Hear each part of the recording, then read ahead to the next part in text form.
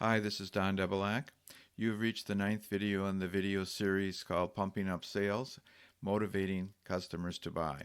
Now, I just want to mention, first of all, that these are tactics that'll help you get things going, but it's no substitute really for having a great customer group.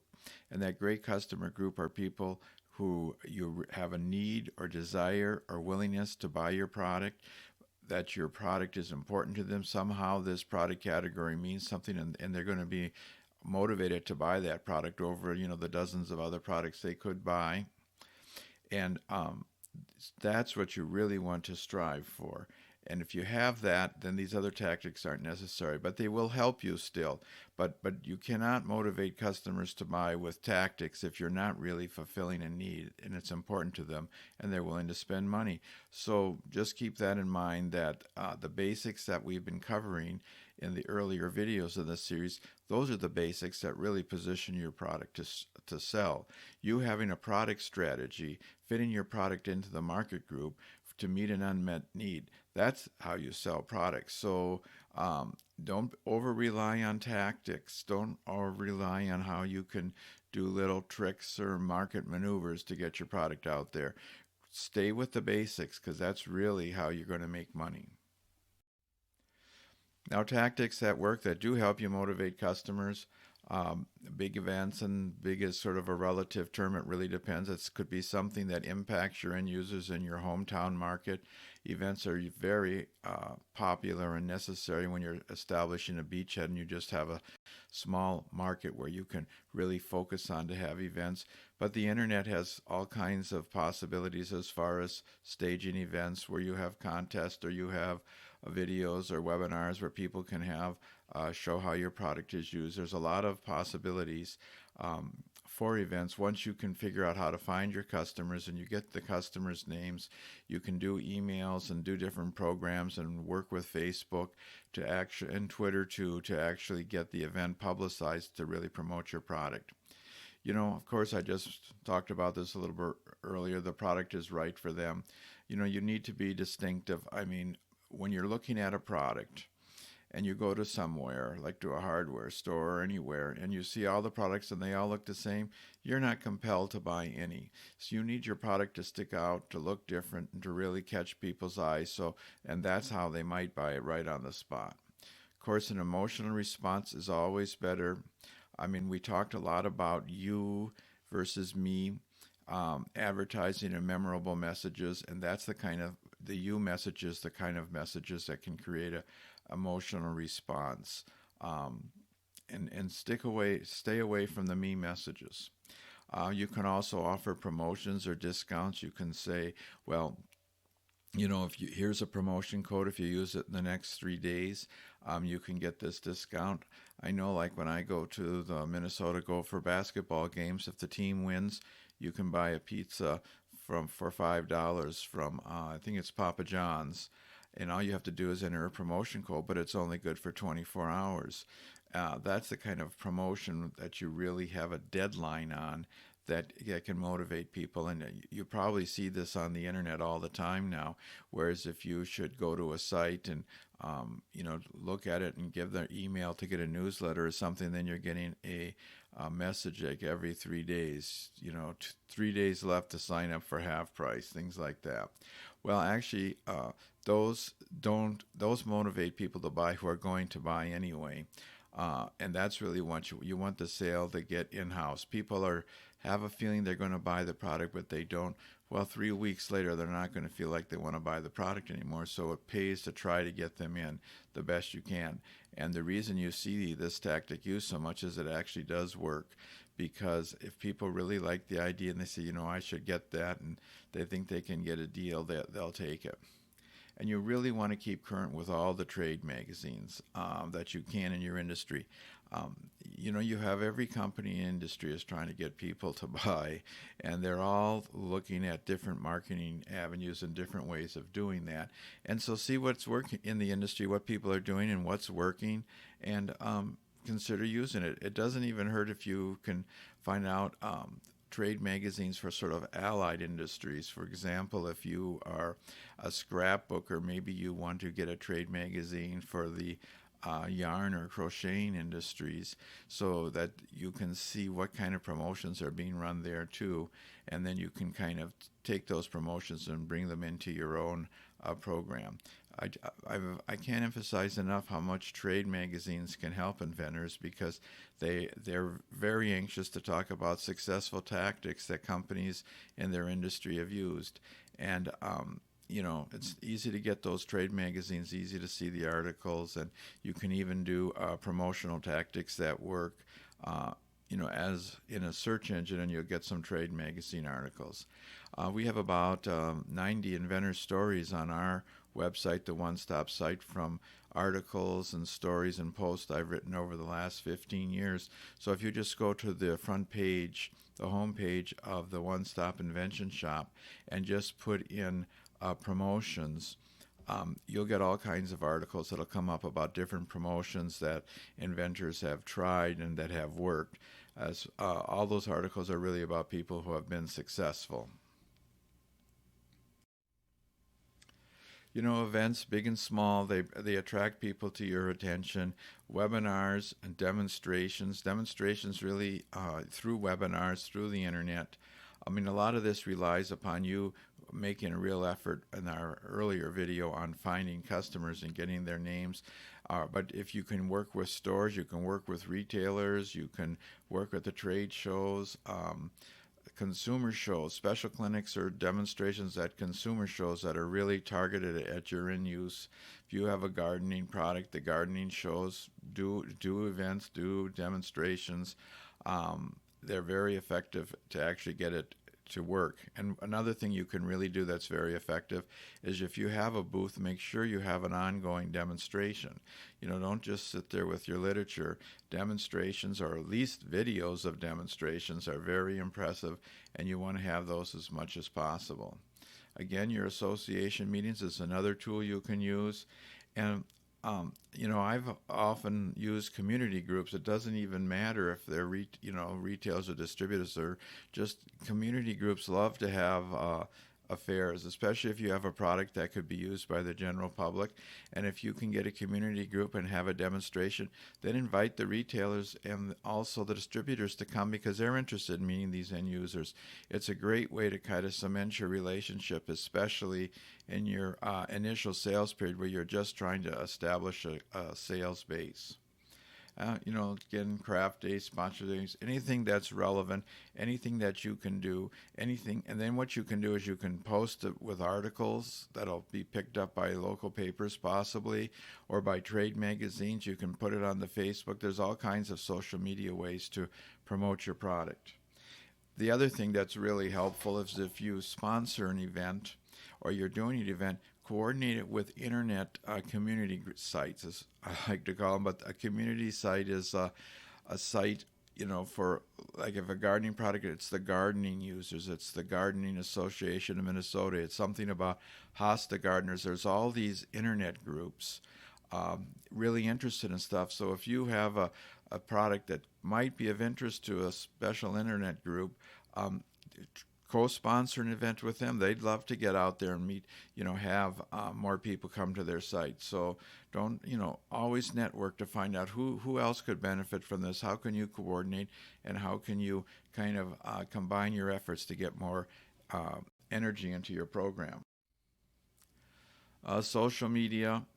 Social media is really becoming popular, especially younger people, but now you even have older, I don't know what older means anymore, but people 35 and up who are really adopting social media in a big way, and they're doing it because of their groups or their special interest groups. They can find groups that are on these social media that sort of are in their community. They blog back and forth. They talk to each other about issues and problems. These community groups of end users are a dynamite tool that you need to tap into, and sometimes you can find them on the internet, but Facebook seems to have more of them. Also, kind of combine, when you start thinking community and kind of thinking how you can benefit that community of end users, work with your complementary products. If you can and different companies that have products that work with yours to help those users.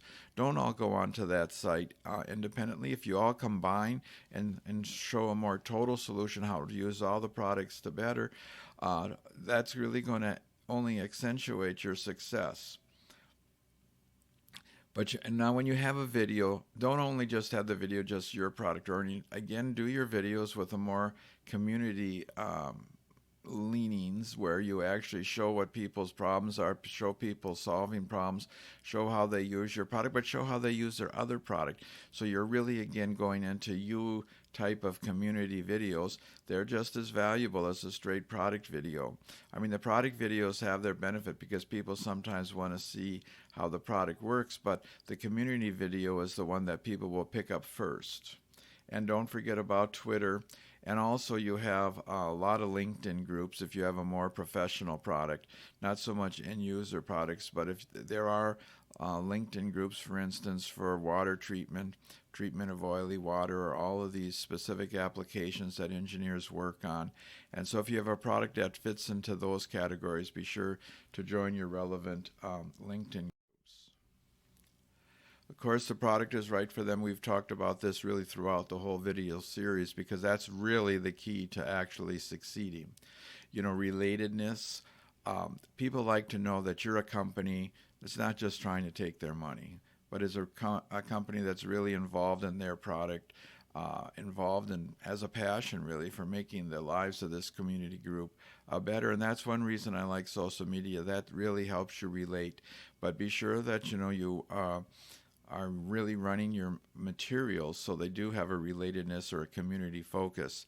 If you have any questions about it, just take your videos and ask people who are like 20 or roughly plus or minus 5 years and ask them for their reaction. And they'll tell you if they think it's way too commercial. I mean, kind of the standards have gone way up about what's too commercial. I mean, you really don't have to be all that commercial. If you're a 50 or 55, it'll look like you are being community, but you're not. So be sure to run it by some young people who can really give you kind of a more of an uptake on how people really view things on Facebook right now. Again, you want to have what you would need is technical support, testimonials. You are an end user yourself, or you created this product because of your own problems, sample installations and videos. All of these things are things that you can post on your website. And really, I like just to list a little website on literature and other aspects like your homepage so that people can see that you're connected. And on your product, it does not hurt on your product package to list some sites for, here's how to see how to install it. Here's a video on how to support it. Here's the customer support number. Put it right on your package because it really helps the end user find that that you are related to them, that you have a product that's right for them, that you care about them. I can't emphasize enough distinctiveness, and I mean, you look at the new product, it's got to look different. Now, I still remember when the iPad Shuffle came out, and our iPod Shuffle, and wow, that was totally different, very distinctive.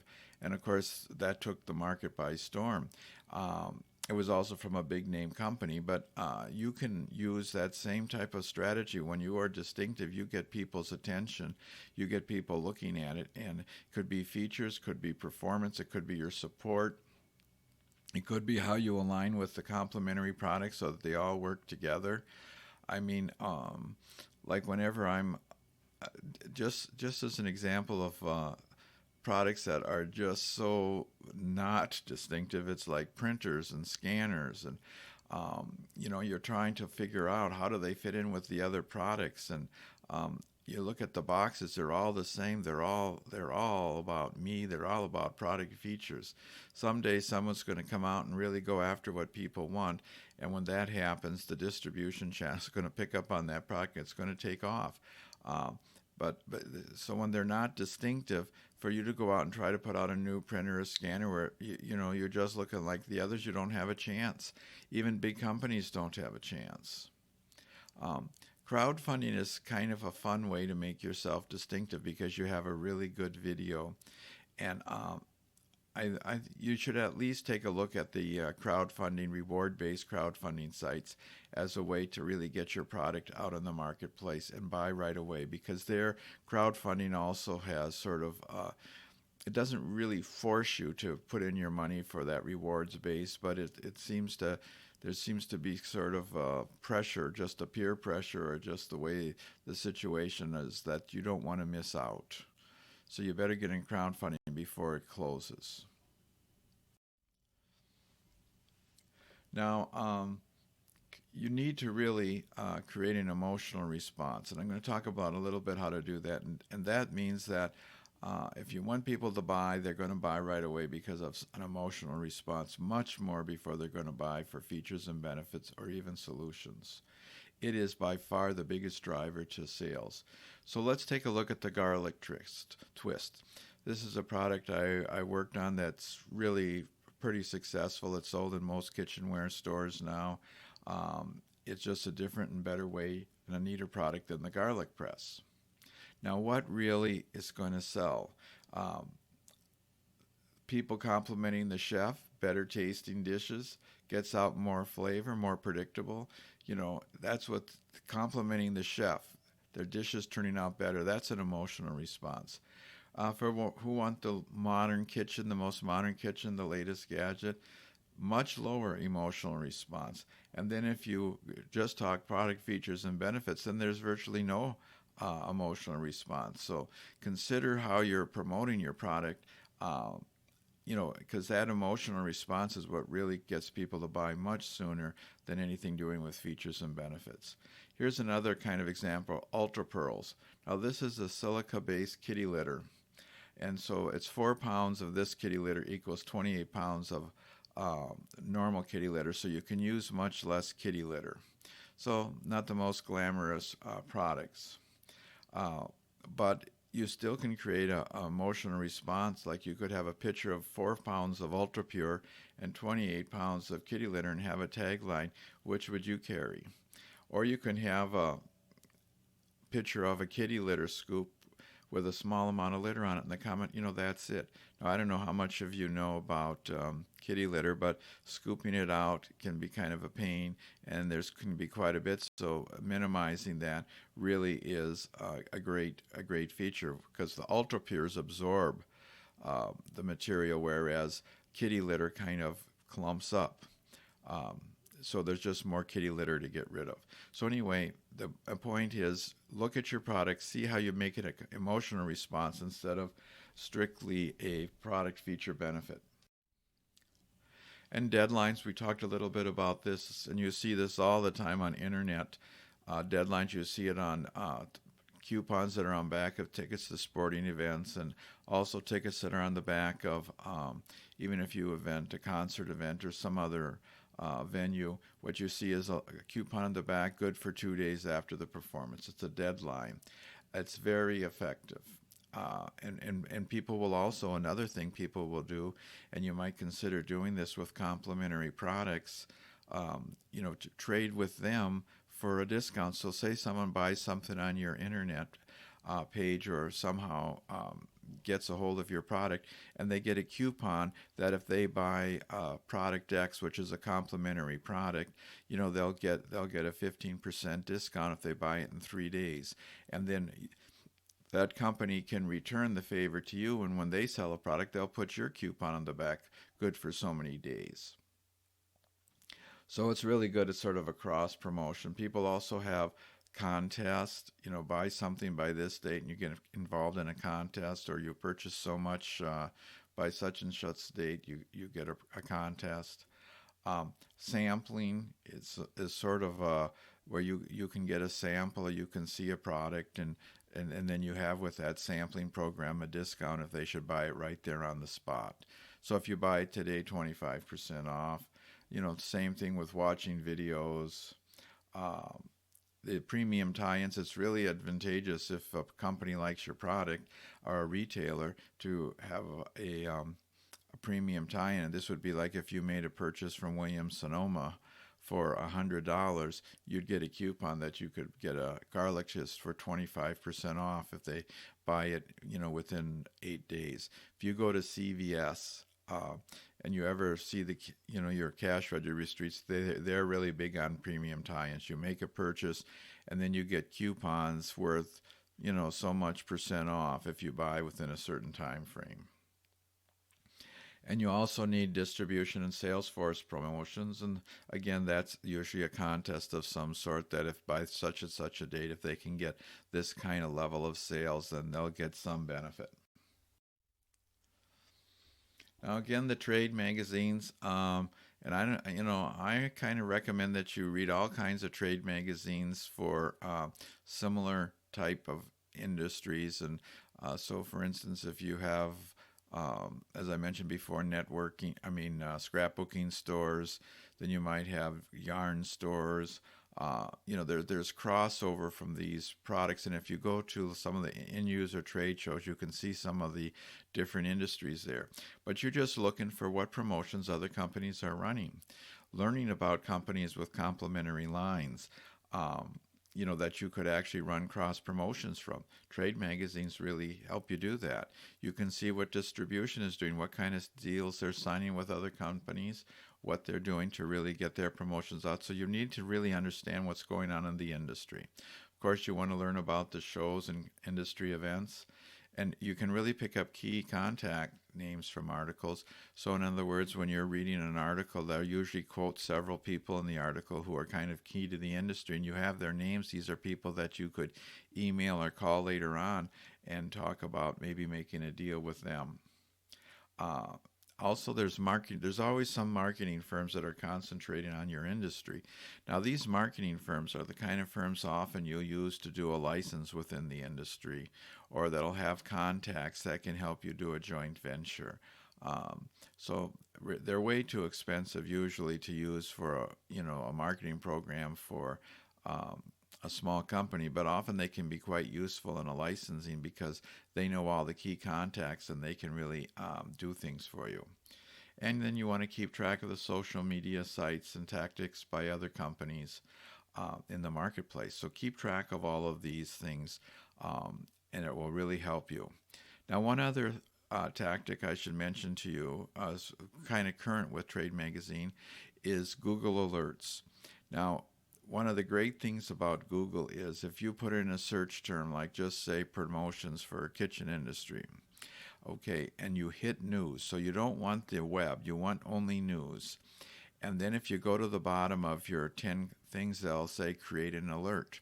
Now, what that creating an alert means is that whenever a new article or a new piece of information comes out on that with that list that is a topic, you'll get a copy of that news article sent right to your email. So this is really, really useful because this way you can start seeing promotions from a lot of different industries. You can just, see what people are doing, what's been successful, and you can kind of pick up your own toolbox so that you have a bigger and bigger toolbox for actually going out with promotional tactics. So how do you find trade magazines? I've kind of gone into this a little bit. And before you spend money, presentation 2 or the second video, here are some of the sites that you can go to find the trade magazine.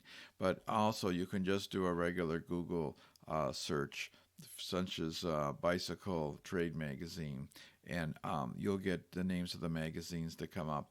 But the Gale group is my favorite because the Gale source of publications used to be like a 3 or 4 volume collection that you could only find in the library.